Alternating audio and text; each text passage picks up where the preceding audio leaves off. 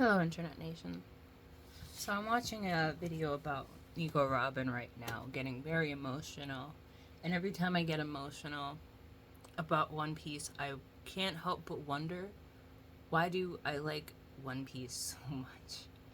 Because it's something that makes me happy. It's something that inspires me to keep going. And it's so sad. Like, how could, like, when you think about it, the happiest time that we are having as One Piece watchers is the end of an arc when these niggas have done everything that they needed to do and they're having their banquet. Everything before that, like, they're just going through it. I think outside of maybe Wano. No, Wano was horrible. Wano was horrible. We didn't have fun in Wano. I think the funnest they had in Wano was before Luffy got to Wano, and then everything just fell apart from there.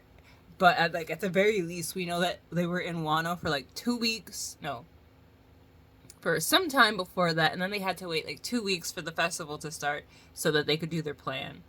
And for those 2 weeks, they were probably just living it up, and that's the most that we got. And I don't even think we got to see those 2 weeks.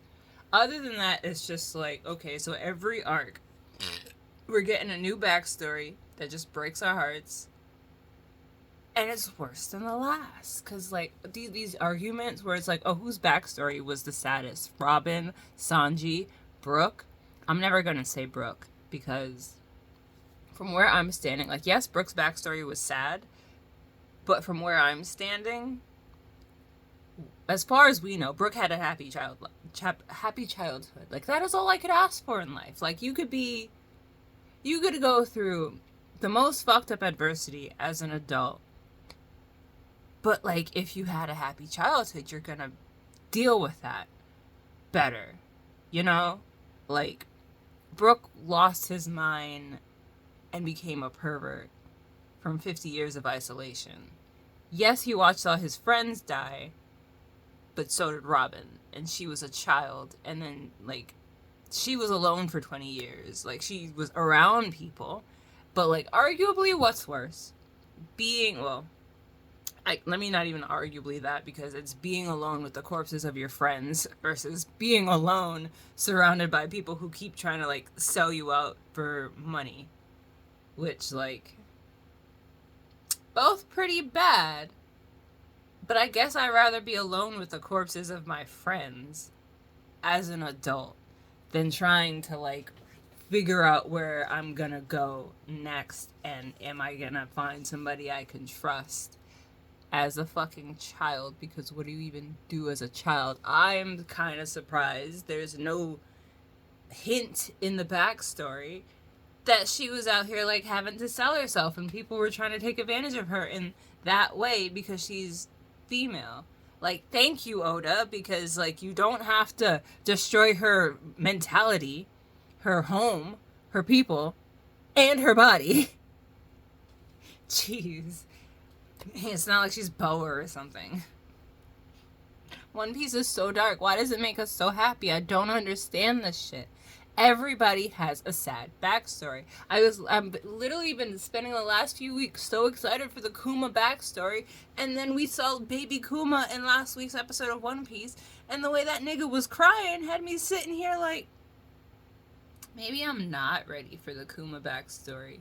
Maybe I should start One Piece from the beginning again and just let episodes pile up, but it's so fucking bad. I'm tired of seeing videos about chapters that I can't read because my ass has to read it in chronological order because I don't want to miss shit. And the fucking cover stories are so fucking important because they build so much shit to the world, and, like, it builds so much that it makes me mad that Toei decided they were gonna make their own bullshit filler arcs when we had all this.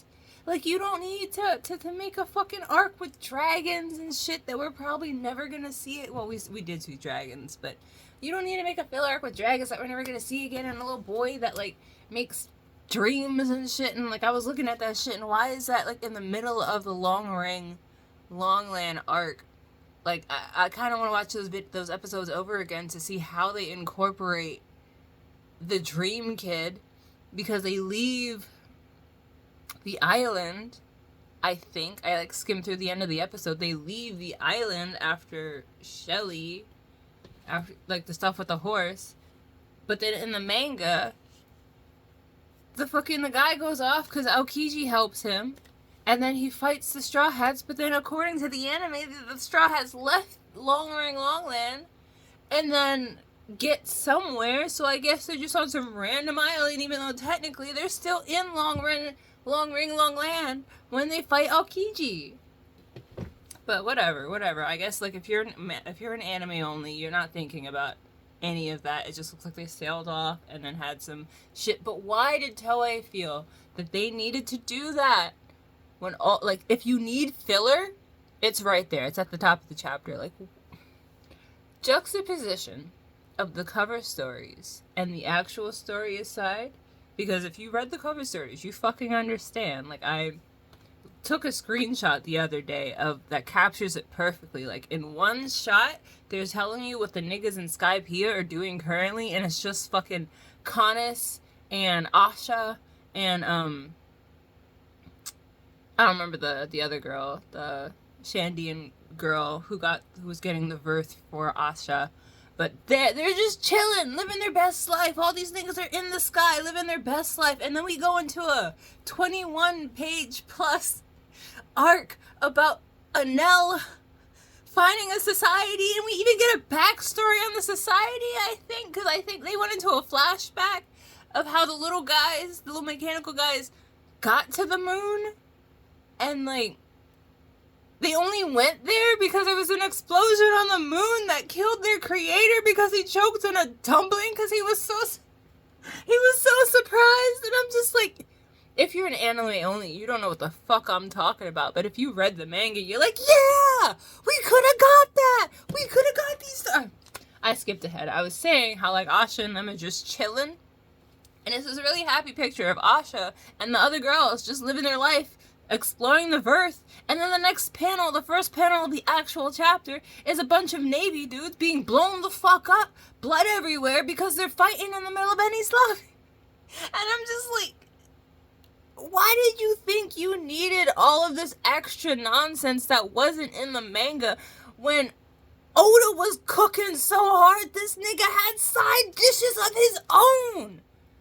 We could have used these side dishes that he prepared lovingly for us, but no, instead we get fucking Magical Dragon Island and goddamn dream-stealing motherfuckers. Do you know how much world building you passed up on? The fucking Anel on the Moon shit could have been its own side plot in a fucking video game, unlike the fucking Dream guy that was actually a side plot in a video game that they turned into anime. Anyway.